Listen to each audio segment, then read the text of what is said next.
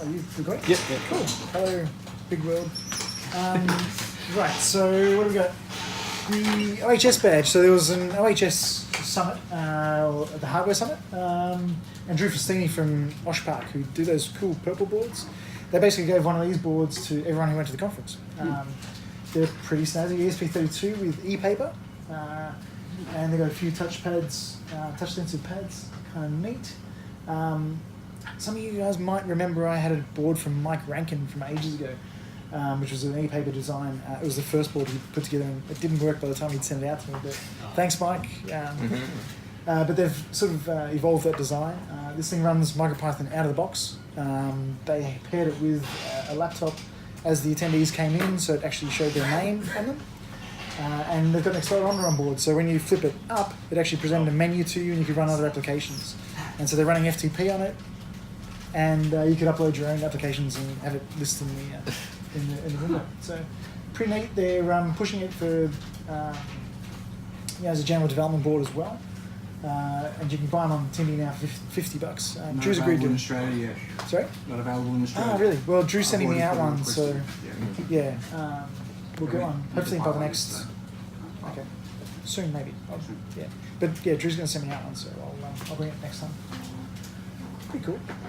What else? The Bliss Nano is something I've had my eye on for a little while. This is a crowd supply project, meant to be out at the end of the year.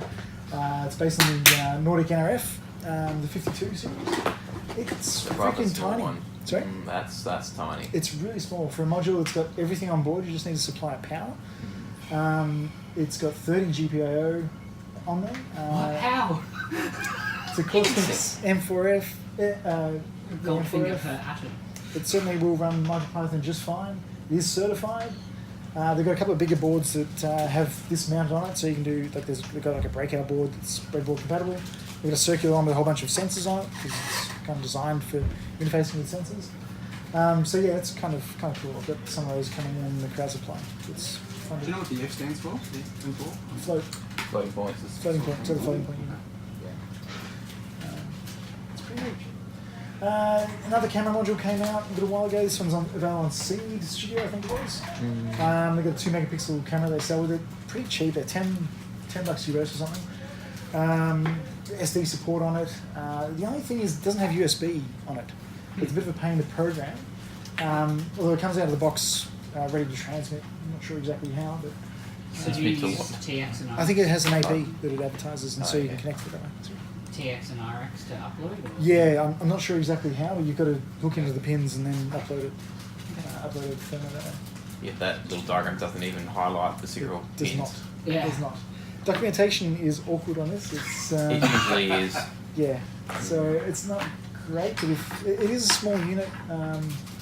So yeah, it's interesting for the price. They've got a few people excited. So. Is it the people that are developing this board that have the image processing libraries, or is that within? No, it's a different board to the OpenMV guys. Yeah. OpenMV are the ones that have got a big library of image functions. This is literally someone stuck an ESP32 with a camera module and. Okay. So You they've might- created their own. There'll be I don't think there's any processing of modules. You'll probably just get a big old byte array with the image in it, and that's about it. Just use that. Yeah. Now, even at the moment, MicroPython doesn't have, at least that I'm aware of, a way to get the camera data off in a good fashion. Right. I guess Wi-Fi is as good as you get on that. Well, even interfacing, because it's one of those parallel. It's the standard OVF camera interface. The only way you could use that in MicroPython is for the I2S, Yeah, I know. which is really neat, but. Needs some hack. Yeah. Yeah. Anyway, there's that one. This is another one which is kind of interesting because it's also very small, 12mm by 10mm. Available on Seed. They're $1.50 if you buy them in reasonably small quantities. $1.90 if you buy them one-off. Cortex M3 has Wi-Fi. That's a little antenna. Sorry? What sort of Wi-Fi? They don't say. Doesn't have MicroPython yet, I guess. Doesn't have MicroPython No. yet. No. But it's a Cortex. Yeah, maybe. It runs on M3, right? Sorry? It runs on the M3. Yeah, it'll run fine on M3. Yeah. It just comes down to Wi-Fi drives. Yeah, exactly. And documentation. We don't know how to interface the thing yet. So. But it's also got. a chip. but it does have a lot of No, I need this. the modules you would expect on an ARM chip, so you can do pit around. It's got a DMA module on it and all sorts of stuff. So pretty interesting. Espresso released the Alexa API, so they've got it's much like there's the ESP-IDF. There's now an Alexa interface. It only works. It's only supported on the Lyra boards, which are those two boards that Espresso offer. But they are intending to release it for any ESP32 board, particularly if you've got PSRAM. And it makes it pretty easy to hook into the Amazon services to do speech recognition. The Lyra TD, I think it's that one, is particularly interesting because it uses a number of microphones. That looks like Seeds boards, the re-speaker. Yeah, it's quite similar in look. Yeah. What else we got? Bluetooth, you can read this later, but the Bluetooth story. So I've reached out to the CircuitPython folks because they're running ahead with Bluetooth, wanting to do a Bluetooth interface for the next release of CircuitPython, which is release 4, which is sort of in the next couple of months, maybe, Nick. I don't know if you can give us any insight, but no, it's sure. So yeah, I've been trying to get them to talk to Laboris, to talk to Damien, to talk to the other 3 guys in the ESP, and just getting everyone to talk about what that interface should look like. It's been really hard because everyone's got their own ideas about what they want to do, their own timelines. But I know that Damien's progressed his new Pi board interface, so he's running Bluetooth at the C level. He's just got to come up with a MicroPython API for it. I know that there's a few guys who are working on a common MicroPython Bluetooth interface that they've got the basic stuff running on NRF and ESP32. But the CircuitPython guys are all pushing ahead with the NRF port in particular. So we'll see what everyone comes up with. I'm trying to corral everyone together. But Right. we'll see how we go. In relation to the Bluetooth, when you're trying to get that hardware supported, do you need to take a completely different approach when you're running it in different modes, like streaming audio and stuff like that, or you do? So can you at least reuse a base portion and then chuck onto that, or is it completely different every time? the short answer is the Bluetooth stack is large, right? And so if you're talking about BLE stuff, there's things you can reuse. Right. But then you've also got Bluetooth serial, which is widely used as well. So it's so Damien's trying to get. Won't do Bluetooth serial. Nordics don't have. Nordics don't. No. They're BLE only. Yeah. Oh yeah, but Damien's wants dual mode. Damien's he wants everything. He wants to be able to get a web REPL over Bluetooth as well. So Yeah. For better or worse. So. Fake serial over BLE works just fine for that. Sure. Yeah. So what interface what maybe see first then? Like regards for Bluetooth use, like a file transfer or audio, or what they wanted to do was, I guess the first one is to do the beacon concept. So you would just advertise something inside the BLE advertisement packet, and that way your phone would pop up saying, "Hey, there's something nearby that you can log onto." okay, That's quite an easy one to do. Yeah. That already It actually works on the Nordic exposes a port. lot. It does. Yeah. In fact, they've got that working on ESP32 and Nordic with a couple of lines of MicroPython. Yeah. But the problem is hooking in. Like once you've made that connection, you've got to do something useful, and that's the part that's a bit more complex. Yeah. Advertising all the GAT stuff. Yeah. I've been doing that for weeks. Cool. Great. And yeah, some of what we've done will make sense to push up. A lot of it's because we're using a separate Nordic chip serialized over to the STM, so there's been a lot of work getting that infrastructure up and working. But BLE interface itself, what's already there from the Nordic side of things, like the NRF port's pretty good. Yeah.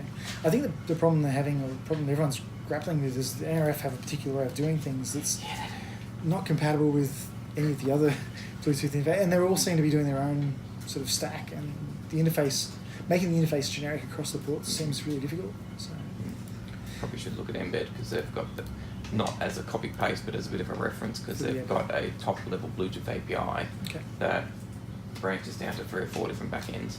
Okay, very cool. I'll talk to you about But it it's all C++. afterwards. Okay. Which is good, but not for this. Anyway, I'll Sorry. keep you all posted with Bluetooth. It's still a hot area of. It's horrible. Yeah. It's just horrible. This is too late for you guys, but there was Make had one of the Humble Book Bundles, which they do every year, and it was pretty good this year. You could spend $25 US and get 22 books, electronics versions. One of them was the Circuit Playground book, which was kind of nice for us MicroPython people. But generally, if you want to do soldering and stuff, anyway, it's too late. Let's move on. The M5 stick was released as well. This is another one of those M5 stack boards. It's pretty neat. It's small, OLED, small battery inside it, and cheap, $10. You can also get it with like a watch band and an accelerometer, and that's $15. This is the first batch, so they make it pretty clear that they, well, these guys, I don't know how much testing they do anyway, but this is the first batch, so I think it's, The PS buyer might be beware. on back. It's early. Yeah, right. Early days. Early days, yeah. But it does have a little Grove port in the bottom of it. It's pretty cute. It's small. I've got one coming. Tiny Pico. So I mentioned last month that Sion and I have been working on Sion's been doing all the work. I've just been suggesting things he should do. Which is another ESP32 board. Can I grab one? Oh, hang on. Wait a sec. This is easier. Oh, yeah. Hey. We got it's an ESP32 board. It's got LiPo charging. Don't see the back of it, but we've started experimenting with PS RAM, and it's quite small. So we put the 4 there. Yeah, where's your one with the yes, man? No. Did you just lose it already? I lost mine. So yeah, the Tiny Pico board. We've put a new So antenna small, I on lost it. We've got a couple of different antennas we've been experimenting with. RF's really hard, as it turns out. You don't do RF. Don't do RF, avoid it. But yeah, it's a small little dev board, suitable for breadboarding, but also small enough to put into things. Chris, we need to talk to you. But it's been coming along quite nicely. Sion's been doing a lot of really good work. MicroPython documentation update. This is something that Damien just slipped into an email that I had with him earlier this week, but he's completely reorganised the documentation to a way that's fantastic. The big deal is that all the documentation in MicroPython used to be port specific, so you'd go and look at the PyBoard documentation or the ESP8266 documentation, but now there's a canonical one, and then there's quick starts for the other boards.